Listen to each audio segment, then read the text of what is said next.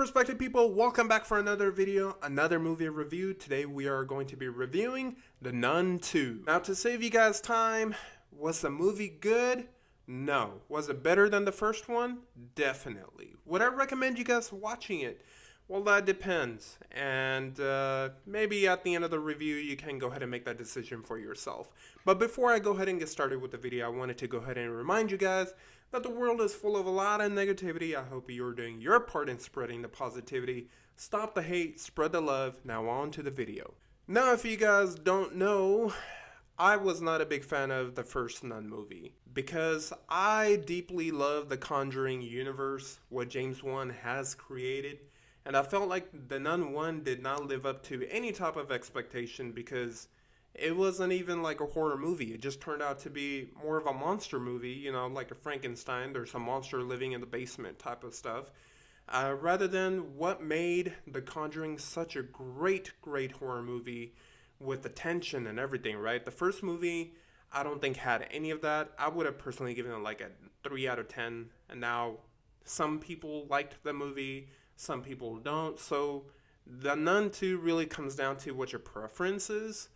And in my opinion, you know, I went into it. If you guys saw my trailer reaction, I was really into it because I'm like, man, with the trailers they were showing, you could see the horror, you could see the tension. And although those tension scenes are in there, how those tension scenes come about, I think were just absolutely dull. So I think, you know, this movie was a big disappointment for me personally, even more so than the first one because I actually had a higher expectation out of this one, right?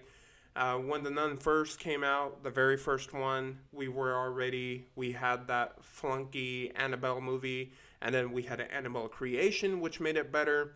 And then we had The Nun, so it was what it was, and I thought The Nun 2 was going to end up being basically the Annabelle Creation of this series, where it's going to go ahead and right the wrongs that the first one did. And it did in some points. So what is the movie about?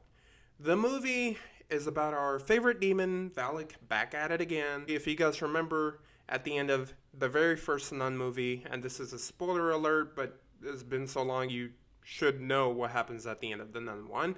Valak, prior to being exorcised, he went ahead and basically he threw up into Frenchie, you know, our favorite hero of the first movie, well, one of the 3 heroes of the first movies. And so Valak, since then, has been living through Frenchie, going through different towns, creating chaos.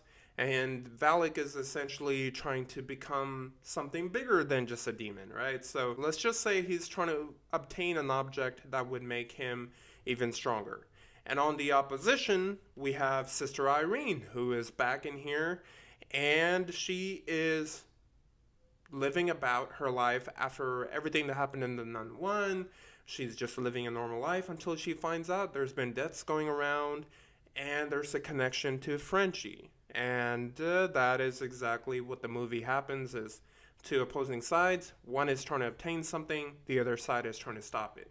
Honestly, man, watching this movie, I'm like, alright, Valak could have taken on Thanos. If this was a superhero versus a supervillain movie, you could have believed it was. That's how it was. It could have been there you go. This would have been a perfect Constantine movie.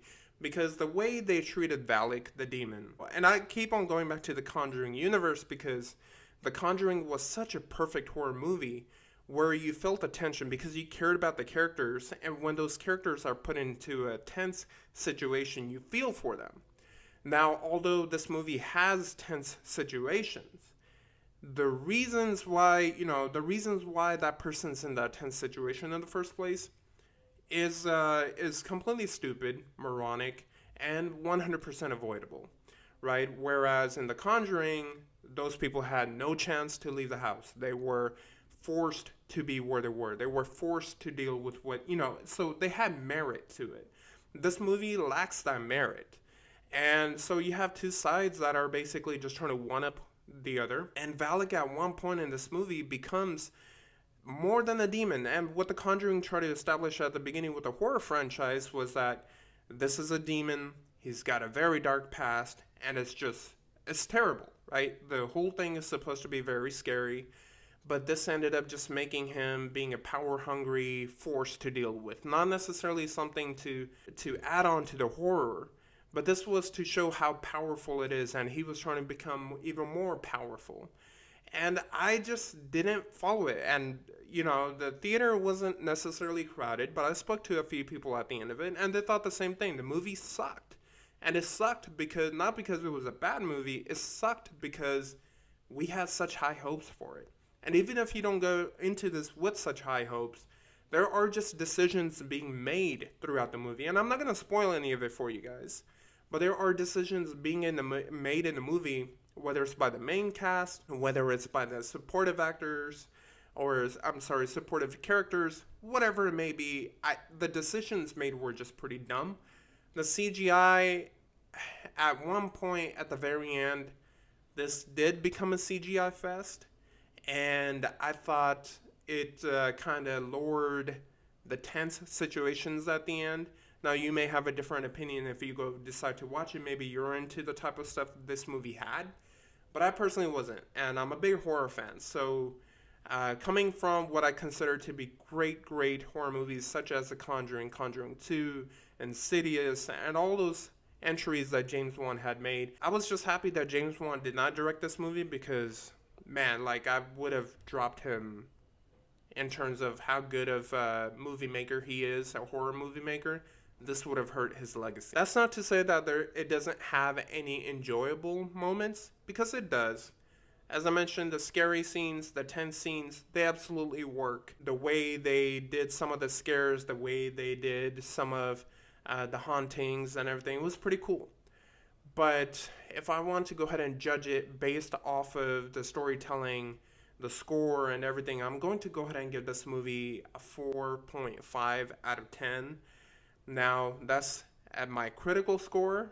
Now, as a fan, right, the fan's perspective, if you're a fan of horror, if you're a fan of The Conjuring, if you're a fan of all these things that you would want to watch this movie for, I would still go ahead and give this like a 5 out of 10. And that's not to say, again, that it's a horrible movie. It's not.